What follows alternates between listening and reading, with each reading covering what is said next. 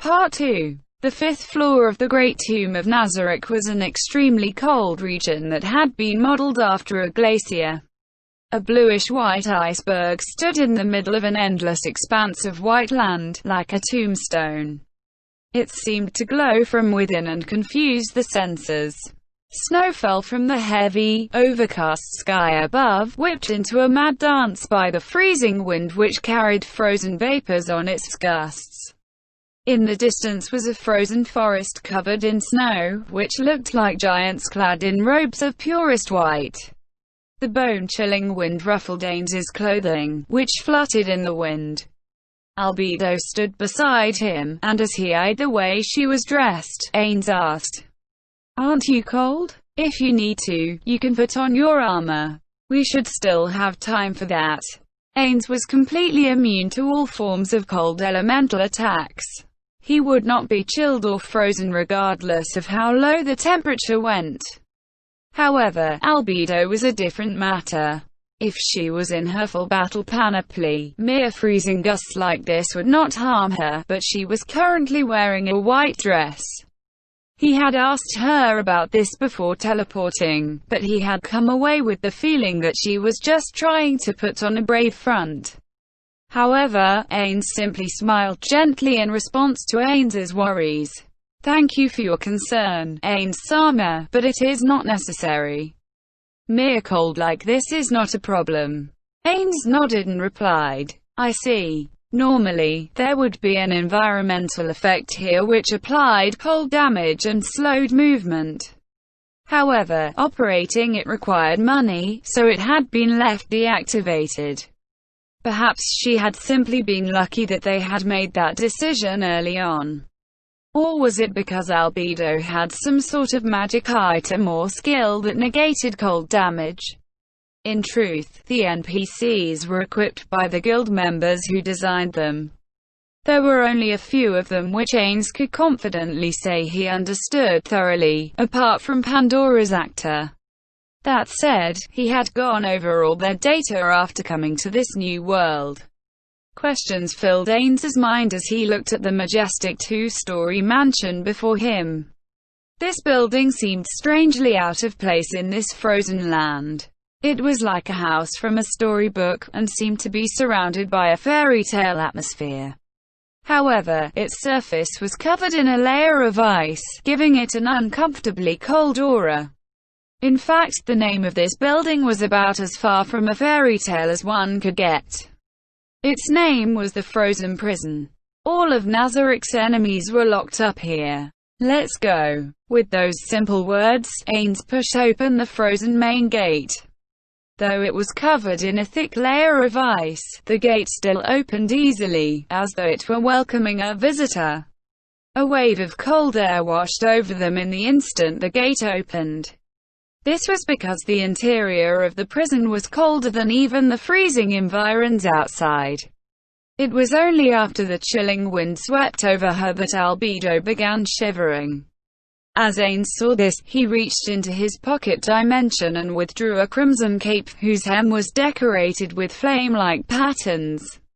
"Wear this, Albedo. It is not highly enchanted, but it should be enough to ward off the cold. To think you would lavish such a gift upon me. My deepest thanks. I shall treasure it all my life." Ains had not said that he would give it to her, but after seeing Albedo's radiant smile, Ains could not muster up any words, but instead looked to the other side of the open gate. A silent, dark passage extended within. "Right, the serving members of the Sunlight Scripture should be in here. Yes. Neuronists should be watching him closely." How warm. It feels like you're hugging me, Ains-sama. Cool. Really now? That's wonderful. I doubt being embraced by skinless and fleshless arms like mine would feel warm, but of course Ains did not say that. At the very least, he knew that it would not be appropriate at the present moment. As Albedo wriggled and twisted around in the cape, wrapping it around herself so tightly she almost vanished into its folds, Ains strode forth. "What are you doing? We're running out of time." Under these circumstances. Yes. Ains's passive skill, Undead Blessing, allowed him to sense all the undead lurking within the compound. Since it was annoying, Ains disabled the skill in order to ignore the presence of the undead as he walked down the freezing, blue-white passage. People without countermeasures against movement impairment might end up tripping and falling on the completely frozen-over corridor. Ains Sama, shall I summon Neuronist? It is unthinkable that she would not come to lead the way, thus forcing the Supreme Overlord of Nazarick to advance by himself. It's fine, though it's not a bad thing, she talks too much. There is a matter we need to settle as soon as possible and I would like to avoid wasting time. Understood. Then, after all this is over, I will lecture Neuronist and caution her not to babble too much. No, there's no need for that. It does not displease me. But... Ains smiled bitterly as he watched Albedo furrow her brows from her place beside him. As her master, he appreciated the fact that she was thinking of him, but if she did that, his subordinates might not dare complain in future. It is fine. I love you all, regardless of your merits or flaws, because you were all made by my friends of the past. The fault is mine for being unhappy with such meticulously crafted people. Indeed, if Shaltir had betrayed him because her backstory had been designed that way, then he had to forgive her for it. That was because she was simply obeying the will of her creator, Peroncino. However, he did not seem like the type who would plant bad seeds in the guild. All this confused Ains because Peroncino was a man who liked joking around and disliked ruining relationships between his friends.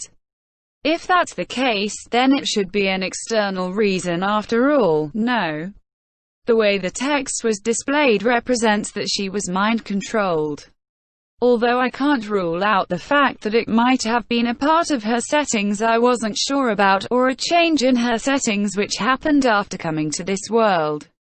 Besides, I didn't memorize the personality profiles of all the NPCs, and their personalities seem quite similar to those of their creators. I guess nobody could program them without personalities, so that might be why.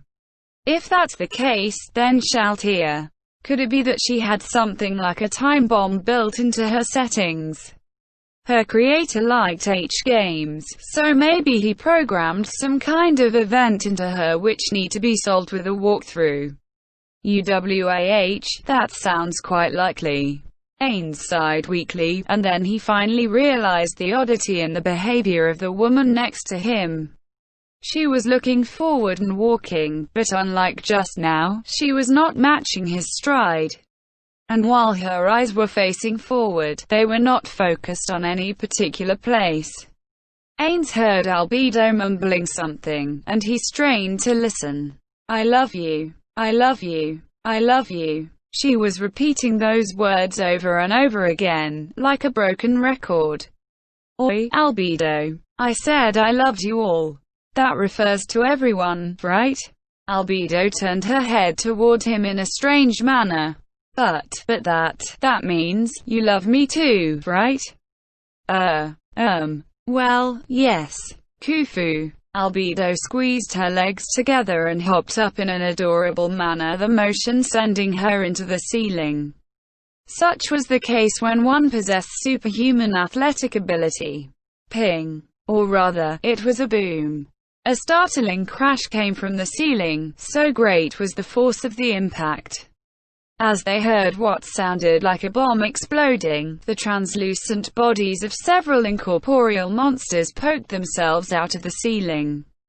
These were the undead which were hiding within the prison, which Ains's skill had picked up.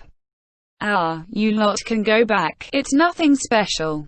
Ains looked at Albedo before him, so happy that she was humming to herself. Though she had crashed into the ceiling, her racial skills included a certain measure of damage reduction, so it had not hurt at all. The various undead bowed reverently before vanishing, returning to where they stood ready to meet in any intruders. Albedo, we're almost at your big sister's room. Are you ready? Albedo's flighty and overjoyed expression turned serious in an instant. Understood. Then, I shall retrieve the doll.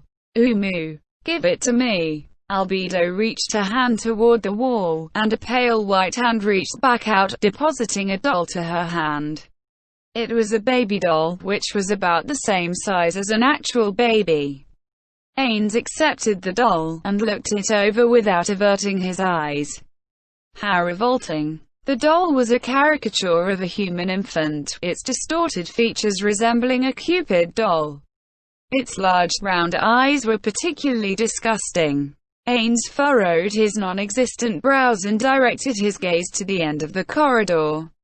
There was a large fresco there, painted on a wall which contained a door. He saw a mother and her baby. It was a painting of a mother gently cradling her child. If that were all, it would have been a beautiful painting. However, the passage of time had worn away at the paint, turning it into a hideous sight. In particular, one could no longer see the shape of the baby itself. All that remained was something which looked like a corpse. Ains pushed open the door, which slid open with no sound or resistance, and he was greeted by the sound of crying babies. It was not just the sound of one or two voices, nor was it the result of an echo. Tens, hundreds of crying voices fused into one and reached Ains's ears. However, he could not see any babies in the room. Still, although he could not see them, they were definitely there. In this empty room, bare of all furniture, there was a cradle, and a woman gently rocked it. Though Ains had entered the room, the woman in the black mourning clothes remained silent, caring only for the cradle she was rocking. Her face could not be seen because her long black hair completely covered it up.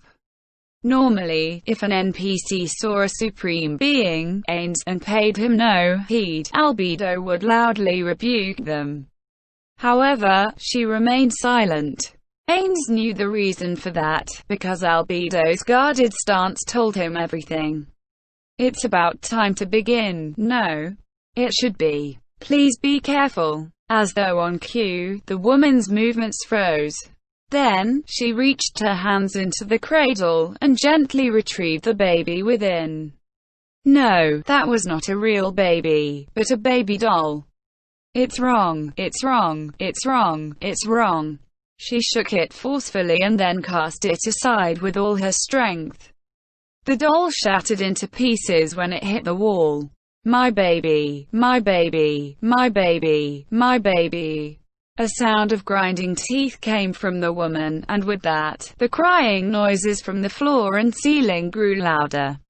Soon, the source of the sound revealed itself, and lumps of flesh which resembled translucent babies emerged. To think Tabula Smaragdina Sam put so many monsters in here. How much money did he spend on this?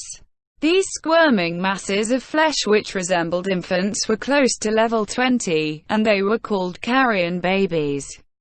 In games like YGGDRASIL, one could place pop monsters within dungeons by paying the appropriate in-game or real-world currency. However, they would not come back to life after being destroyed, so they were more of a luxury to players. Those players that did not focus on role-playing would not emplace such monsters. The fact that he had put in so many carrion babies here, despite their low levels, was a testament to the meticulous nature of Tabula Smaragdina. Just as Ains was starting to be impressed, the woman produced a large pair of scissors from somewhere and gripped them tightly. A keen gaze looked out from her unkempt hair, directed at Ains and Albedo. You, took, my baby, my baby, my baby, my baby. She really is your sister. The resemblance is very strong. Really? The woman seemed to take the leisurely conversation as some sort of provocation and broke into a run, her killing intent driving her as swiftly as the wind. The woman in the black mourning clothes took unnaturally large strides as she charged, closing the distance to them in but a few steps. The woman stabbed forcefully at Ains with her scissors. Your child is here. And as Ains presented the doll to the woman, her movements froze immediately, as though someone had pressed the stop button on her. She put her scissors away, and slowly accepted the doll. Oh. She cradled her beloved child with infinite compassion, as though she would never let it go. Then, she gingerly placed the baby back in the cradle, before turning her face, shrouded as it was by her long hair, to Ains and Albedo. Monga-sama, and my lovely little sister. I trust you have been well. It's been a while, Nigredo. You seem. Yes, I am glad you have not changed. The reason why Ains could calmly handle this chain of events was because he had witnessed this madness before, in the game. Back then, I was so scared that I screamed. His guildmate said he had made a new NPC, and asked the other guild members to come see it with him. In the end, everyone had shrieked together and unleashed their full power on Nigredo. It felt quite nostalgic now when he looked back on it. Nei-san, it's been a while. Indeed, this Nigredo was Albedo's older sister. In other words, she was an NPC created by the player Tabula Smaragdina. If one said that Albedo was the incarnation of his love for Gapmo, then Nigredo would be the character that represented Tabula Smaragdina's love for horror movies. Although he wasn't a bad person by any stretch of the word, he was clearly quite a character.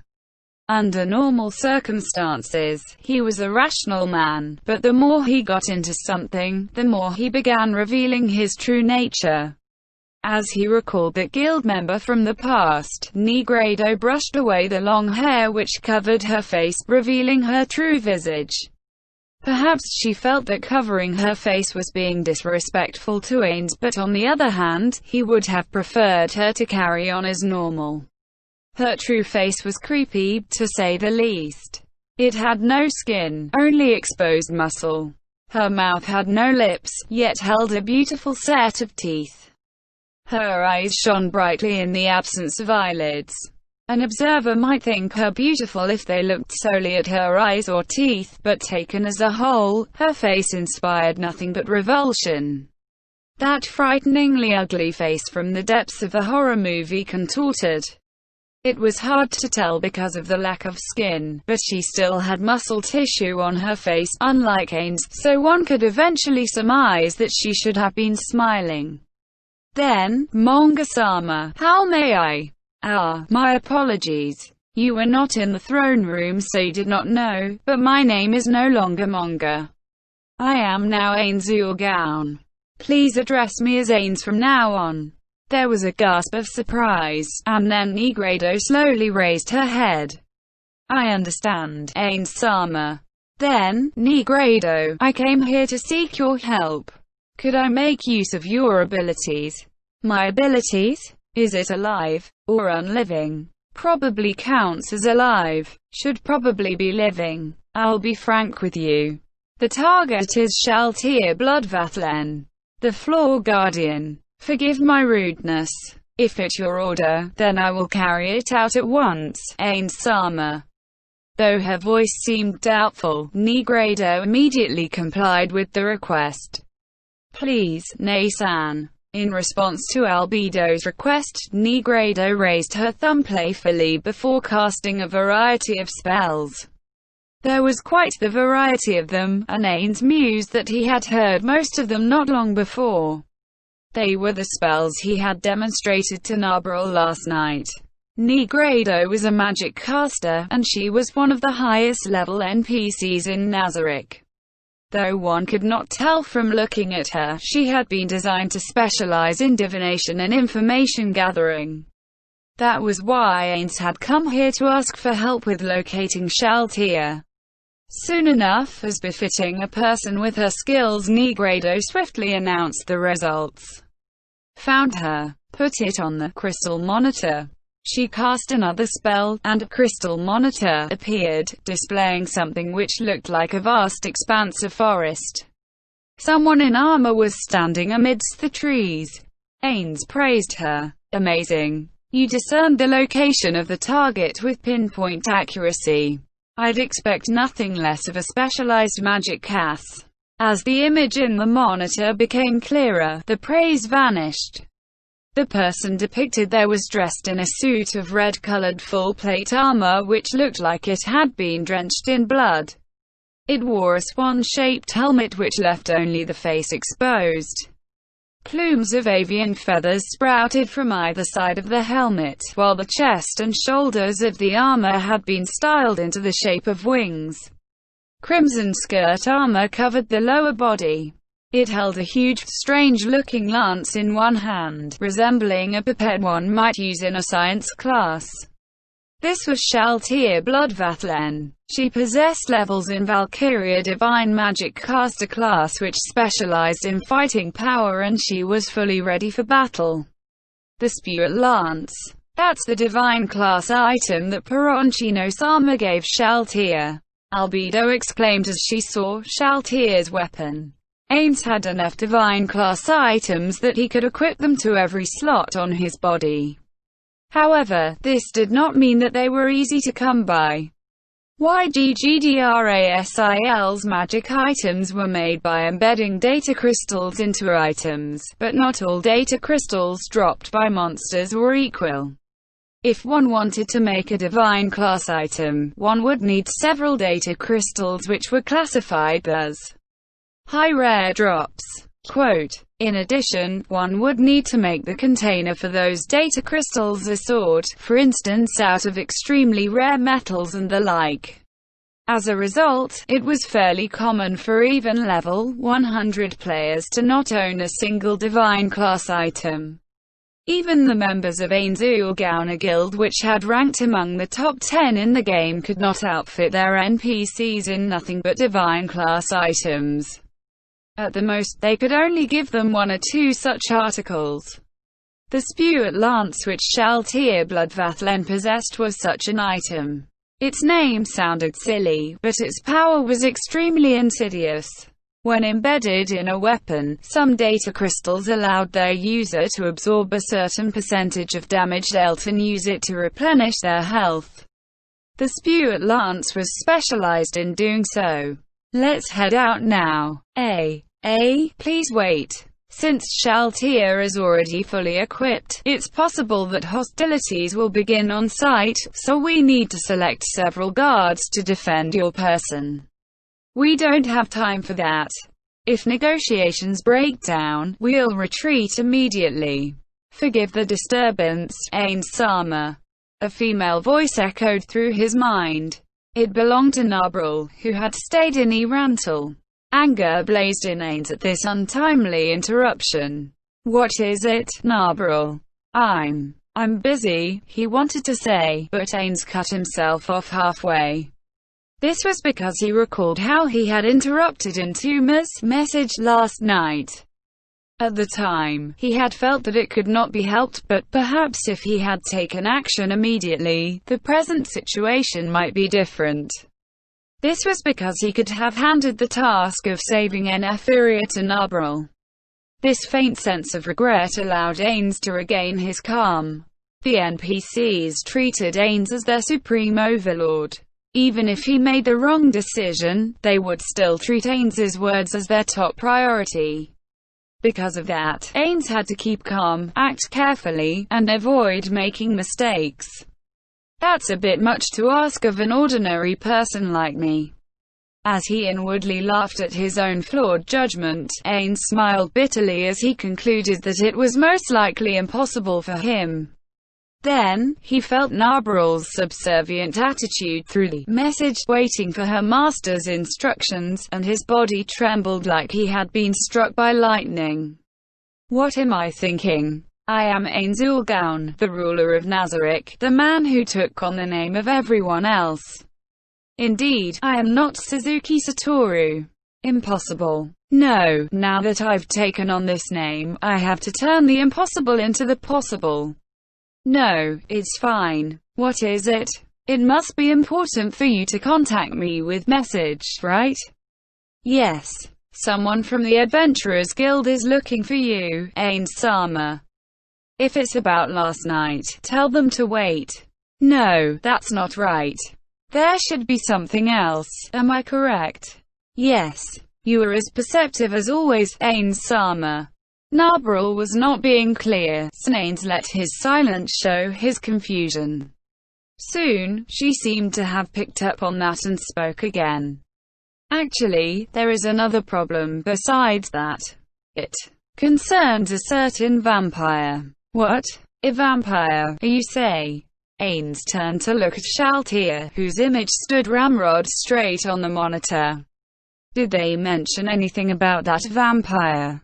Like, say, silver hair, or crimson armor, or something? Regretfully, they did not. The person they sent for yourself was little more than a runner. They said that they would explain at the guild, and hoped that you would hurry over as soon as possible, Ains Sama. I hear that several adventurer teams have already made their way there. The guild's messenger is nearby. What should I tell you him? Ains closed his eyes. Of course, he had no eyeballs, so it simply meant that the lights in his eye sockets vanished. What do you think of Nabrul's message, Albedo? After finishing his explanation, Albedo lowered her eyes for a few moments, and then looked back at Ains.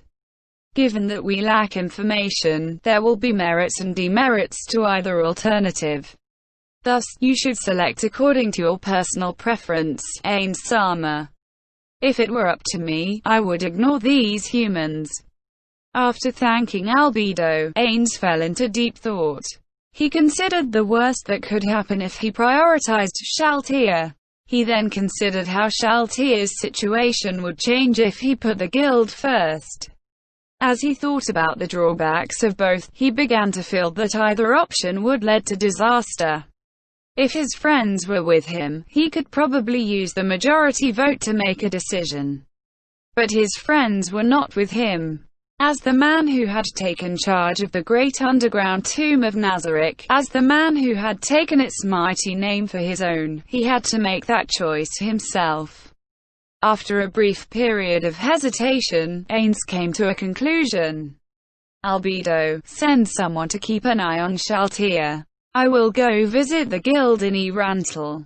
After that matter is concluded, take me to Shaltia. Understood. You heard that too, didn't you, Nabrul? Understood. Then, I shall inform the messenger that you will be on your way. Ah, yes, tell him that. Then, Albedo, forgive me, but I shall be heading to the guild now. I understand. I shall send several vassals out, in accordance with your instructions. Please do. Also, I will hand the ring over to Yuri. Take it from her afterwards. In truth, there was something he wanted to hand to the head librarian, but Ains felt that he no longer had that time, so he teleported himself with the power of the ring. Now that only the two sisters were left in the room, the mood in the room lightened. As though waiting for this opportunity, Negredo turned to Albedo, a curious look in her eyes. What's wrong? Has something happened to Shaltia? It seems she has rebelled against us.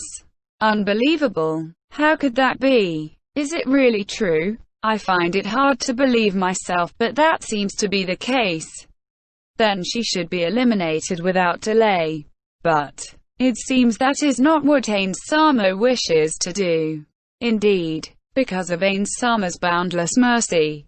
No, he probably thinks that killing her without realizing why she turned against us would be a big mistake. I'm sure that is what Ains Sama has in mind. Negredo mused, in a tone that seemed somewhere between acceptance and denial.